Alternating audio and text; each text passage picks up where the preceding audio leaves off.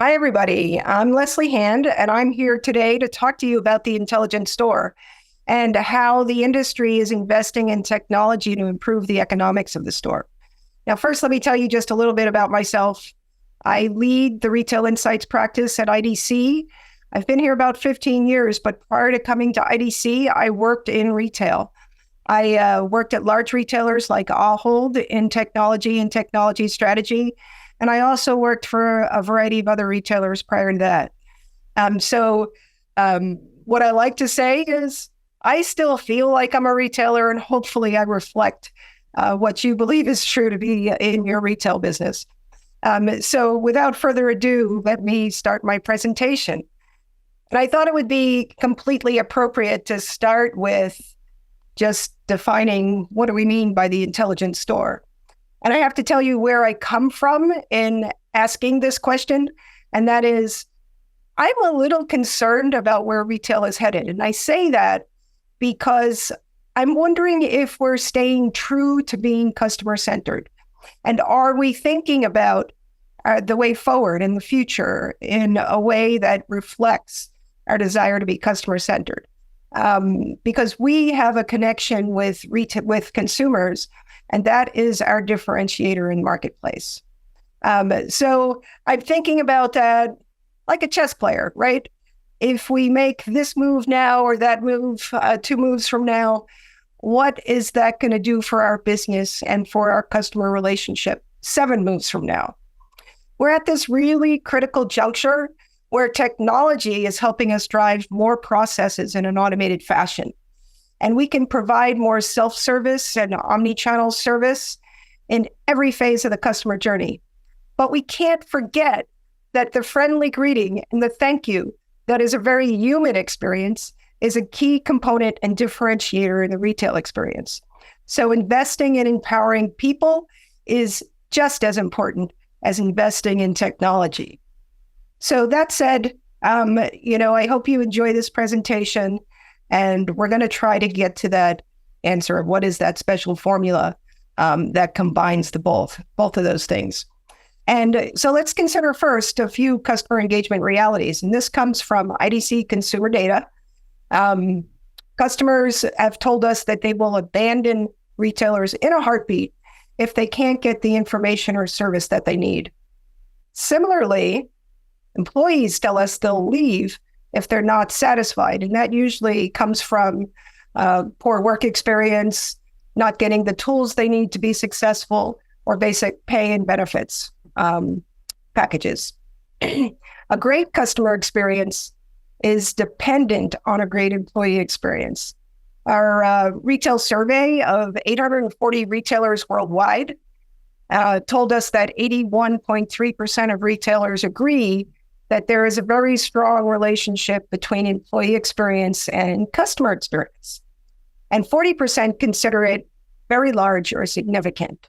So why do I say this? I'm just making the point that employees are very critical to supplying the experience that the customer expects. And we need to support them in order to help them do their job. And one of the things I ponder these days as we hear one retailer after another talk about how theft is impacting profitability. Well, I've seen some reports, including one from Lowe's just this week, that say that they think that they don't have a theft problem because their employees are doing a really good job of working with the customers on the store floor and making sure they're finding what they need. And that is a theft deterrent. So one more reason to think about that. So I mentioned our surveys. In this same survey of 840 retailers worldwide, we asked what their primary external challenges and internal challenges were. And from an external perspective, this was the very first year they said the complex regulatory compliance was their greatest challenge. And this rolls into the store as well when you think about things like employee identification on mobile devices and workforce management and all of those requirements that come into operating stores and people. And when we look at the internal challenges, retailers tell us that their greatest, most significant challenge is the lack of technology scalability. This is, being able to flex up and down depending on time of year, depending on immediate needs, given special promotions or what have you.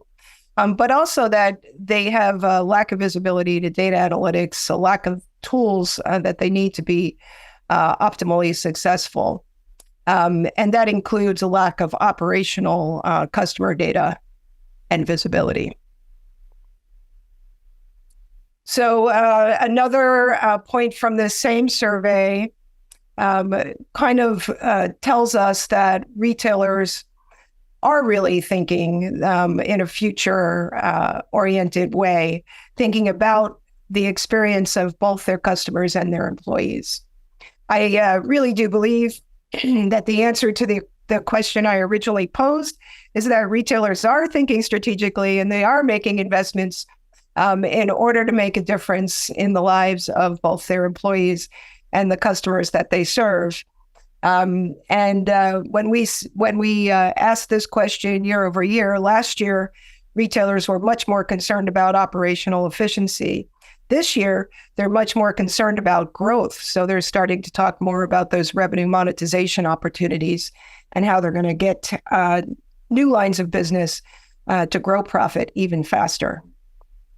And one of the reasons, or one of the best exhibits of a retailer that is doing that today, who's looking at improving customer experience, employee experience, and also thinking about growth, is Walmart. And Walmart has actually stated in its financial investor meetings that it expects 4% sales growth over the next 5 years. That's over $130 billion of sales on top of their already $600 billion base today. And they expect that a lot of this is going to come from these net new revenue streams that's going to give them operating income growth. And this is all based on significant investments they're making in becoming a global omnichannel ecosystem that can scale up and down, scale these higher margin value streams, and can operate stores, micro-fulfillment centers, distribution centers seamlessly to serve the customer wherever they are and however they want to shop. And I say all of this, but then I also reflect on the fact that, in many cases, Walmart and their peers in the industry, the Targets and others in the world, are starting to put some products behind glass and locking the doors of some products because of the theft problems they're experiencing. They're also starting to implement so much self-checkout that customers are finding it difficult to find a cashier to help them move their carts from the store to their trunk of their car. And I ask whether this is customer friendly. And we're going to talk more about that as I go through this presentation. So, when we think about the modern store and all of the capabilities that can exist and that can facilitate a frictionless experience for the customer, but also engage the employee to support them supporting their customer in a way that is more satisfying to both parties. We think about this continuum of technologies that are available today and that are being implemented in stores. Things like computer vision and smart carts, digital engagement across all screens and devices, capabilities like automating store operations, automating checkout, personalizing customer interactions, on a media card or on a screen, on a display, or on the customer's device. All of this becomes possible. And then, having capabilities like cameras, ESLs, and other loss prevention technologies that allow us to see what's happening on the floor opens up a whole nother set of opportunities for both engagement, for inventory visibility, for understanding what's happening in aisle, for identifying risks on the sales floor. There's just so much that can be done today, and we're going to talk through a few more of these technologies in more detail. So, before we get to that, though, let's take another step back and look at some more of the data from our retail survey. And this piece of data is about the retail challenges that retailers are facing inside their stores. The survey, generally speaking, asked what the challenges, priorities, and investment plans were in each of the functional areas of the business. But today I'm just focused on the store. And so the biggest problem that they reported is unreliable or slow connectivity. Now, I applaud them for recognizing this because everything else they want to do in the store demands that they solve this problem first. The foundational services, the network, storage, capability, reducing latency of all of these digital experiences that require access to the internet, or even just to run systems within the four walls of the store. It's all table stakes. And the good news is, in our most recent surveys, retailers tell us that they are reigniting plans to invest in physical infrastructure investments in 2024. And I say reigniting because in 2023, there was a little bit of a slowdown, particularly as in regards to infrastructure, to mobile devices, to upgrading networks and that sort of thing. But we believe that they're really going after conquering those challenges related to scalability, related to connectivity, and related to usability and kind of the user friendliness of all the offerings that they put in the hands of their employees. The other challenges that they tell us persist today in stores are the challenges related to high labor costs and the lack of or the difficulty in staffing up a store. And so that's making them want to invest more in automation. It's also making them, as they think about automation, thinking about at the same time, how do we solve this other challenge of being more seamless and frictionless, right? How can we reduce redundancy in our systems? How can we run a more optimized set of capabilities inside the store to improve visibility to product, to improve visibility to customers, to improve our ability to interact and engage with both employees and customers in real time, right on the sales floor. And so then when we take the next step and ask, so what technologies are you going to invest in the next 3 years or so?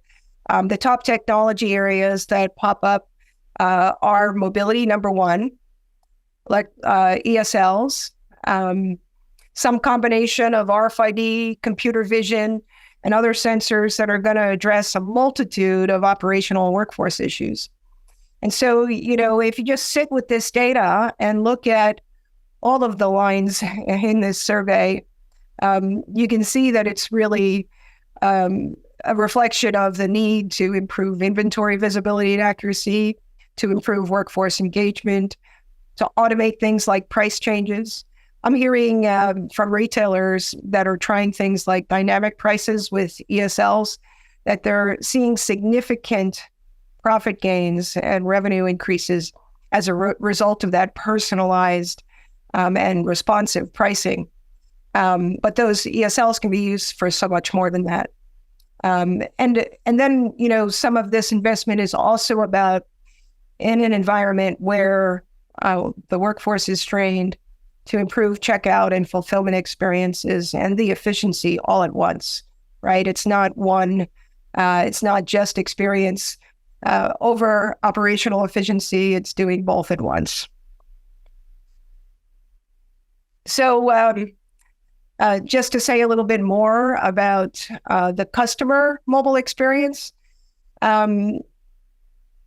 let's dive just a little bit deeper. The experience for the customer in the store, can be multiplied, if you will, if you think about the ESL on the shelf, the other signs at the shelf, where perhaps the customer can interact. We're seeing a lot of implementations of things like QR codes or NFC-enabled signs that the consumer can use their phone to interact with, right? Take a picture, look up information, put it in my cart, right?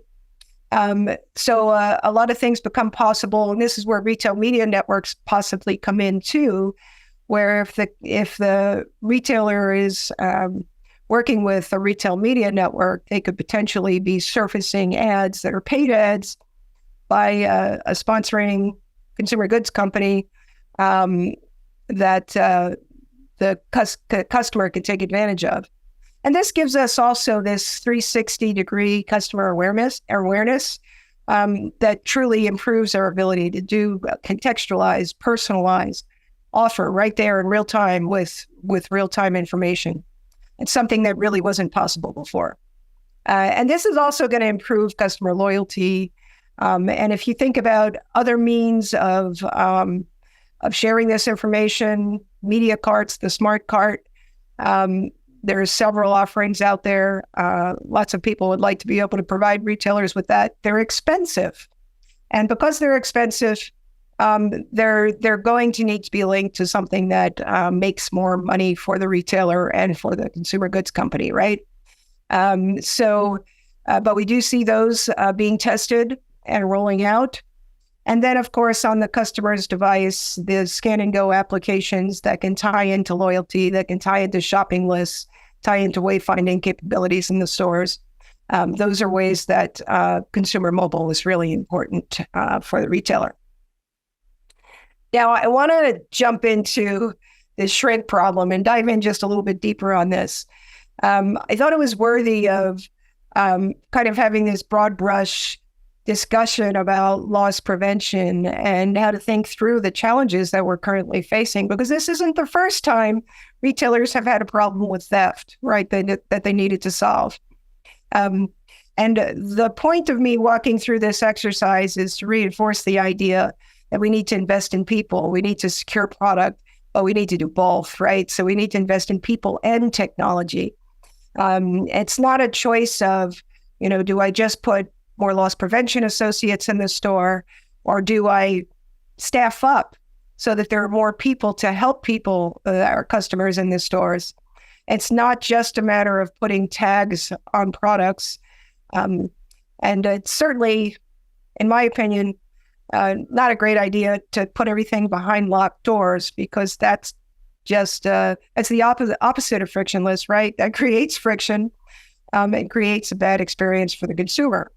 Now, if your intent is to drive consumers to put that in a basket that they're going to pick up at curbside, then you could have your sales associate do that. But I would suggest that that's probably going to drive up your SG&A for the store as your cost of sales goes up significantly. What I might think would be a better solution, a solution that has to do with both people and technology, was perhaps looking at micro-fulfillment centers as an option, right? Instead of having it behind locked doors on the sales floor, put it behind a big locked door in the back room or beside the store, where the customer can scan a QR code, order ahead, and pick it up when they arrive, whether it's at the car, at curbside, or while they shop. So in any case, that's my 2 cents on the topic. Somebody who's been in retail and around retail for close to 40 years now. So next up, I wanted to dive a little bit more into the front of store and how technology is helping front of store, at the shelf, back of store, with a variety of technologies like video, EAS, RFID, and other sensors. They're attacking all these things like asset protection, queue management, safety, supply chain efficiency, et cetera. So, another thing that's happening is we're using computer vision at self-checkout, where a variety of different things can happen. You could automate checkout, or you might just nudge a customer if you observe that they didn't scan something appropriately before they put it in their bag. You might also have customized intervention sequences that allow retailers to build relationships based on customer understanding.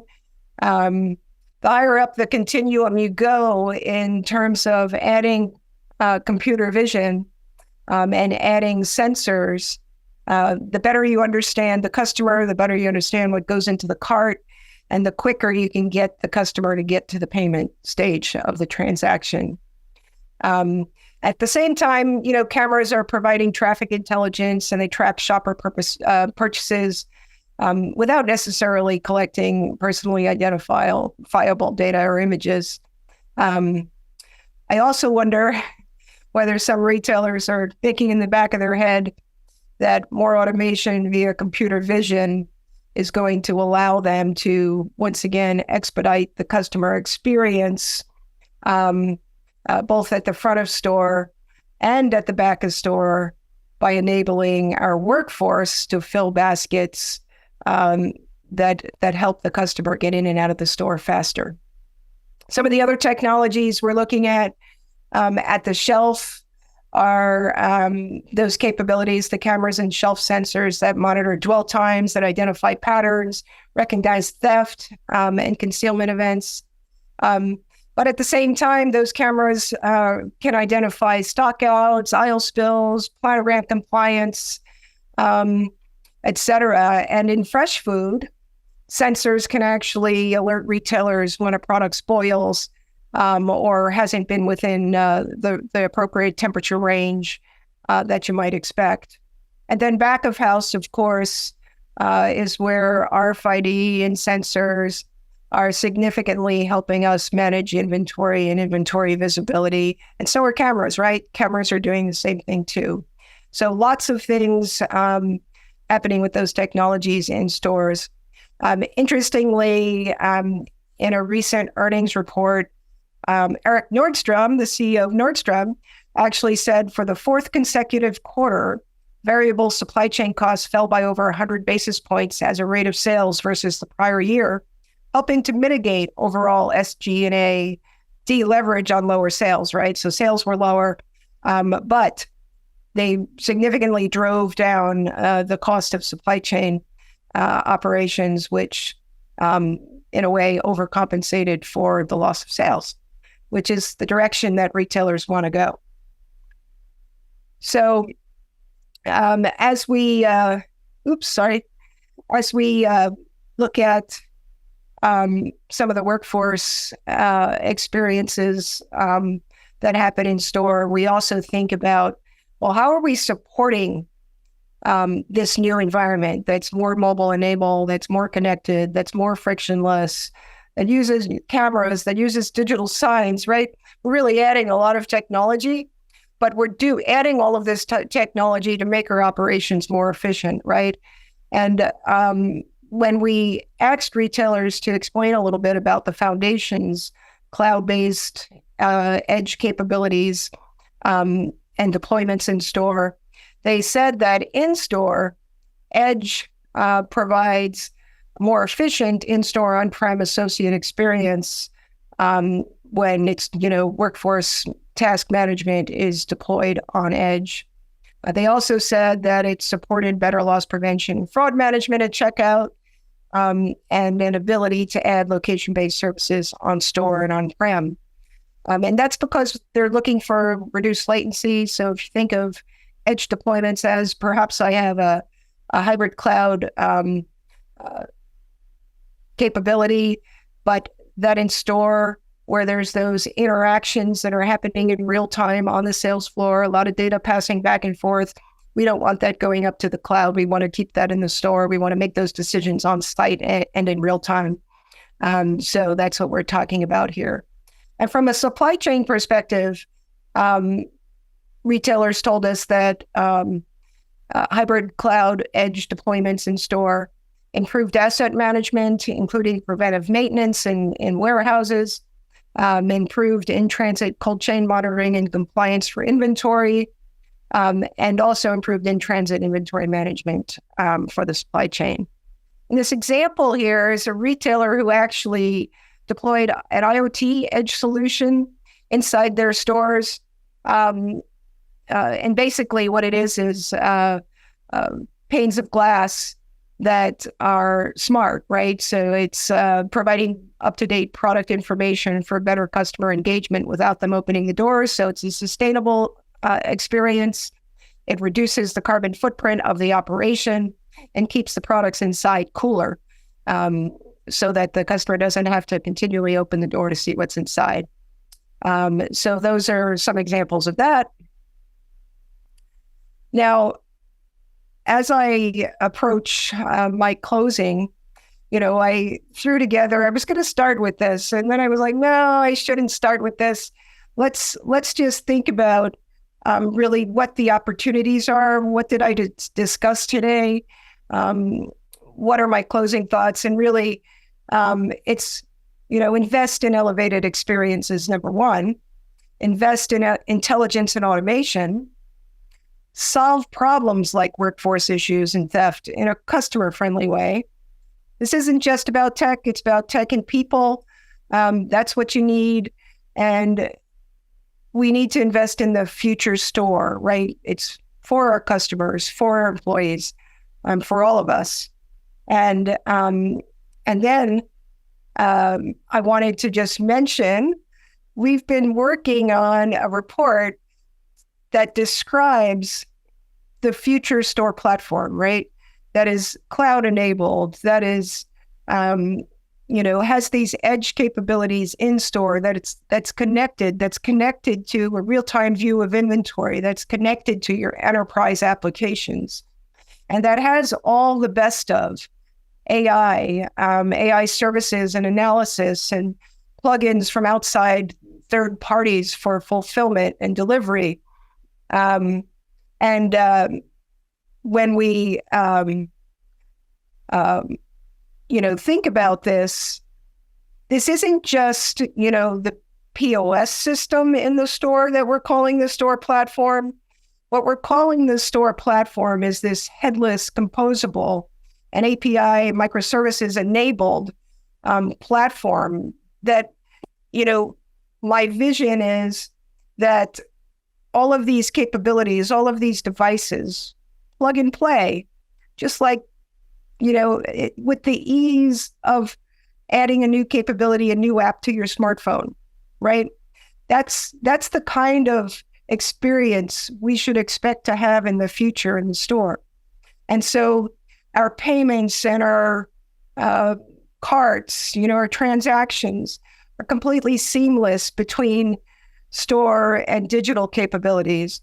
Inventory is fully visible and real-time and accurate. And that's between both digital and physical, right? All available in one place. Visible to the consumer, visible to the employee.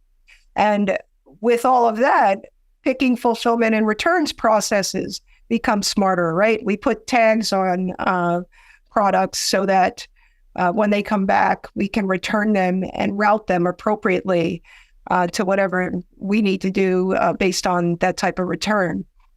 The engagement with the consumer is better because we can plug and play different devices. We can plug and play different capabilities. Every store doesn't need to be the same. We can really work at testing various capabilities more seamlessly in a variety of different types of stores. So, this is bringing kind of corporate governance control planes for device security and device management, and identity management, and that sort of thing into the set of capabilities for the store. We're not running them in the store. The only things in the store on this diagram are the things that are in orange and connected to that store platform in orange. But this is kind of the vision for Omnichannel, where we should be now. but maybe we're not quite there yet, because what we've seen is omnichannel commerce has come together. It's not the same for everybody, but these other pieces haven't really been integrated into this common store platform for that ease of integration and data sharing, and then collaboration outside your in-store network. So this is where I think we should be going. And I'm going to close with some recommendations for the retailers listening today. And that is, number one, enable convenience and choice while reducing shrink using a combination of computer vision, smart shelves, smart cart applications, other sensors and technologies. Don't forget the people. Automate in-store processes, including employee tasking, loss prevention measures, inventory management, and micro-fulfillment. Build back-end data analytics into every solution. AI should empower next best actions and strategic decisions in all applications. Engage customers across all screens, devices, shelves, and carts, activating new revenue streams such as retail media networks. And then finally, choose technology partners who can help you navigate cultural roadblocks to innovation while minimizing retrofitting and rework to maximize speed to value. So those are my tips for today. I know we're all already thinking like this. Sometimes it's good, though, to just hear the validation, hear the examples, and hear the thoughts of an analyst who's been around for 40 years in this business. So I appreciate your attention today. Thank you so much. And for additional information, please contact me at lhand@idc.com.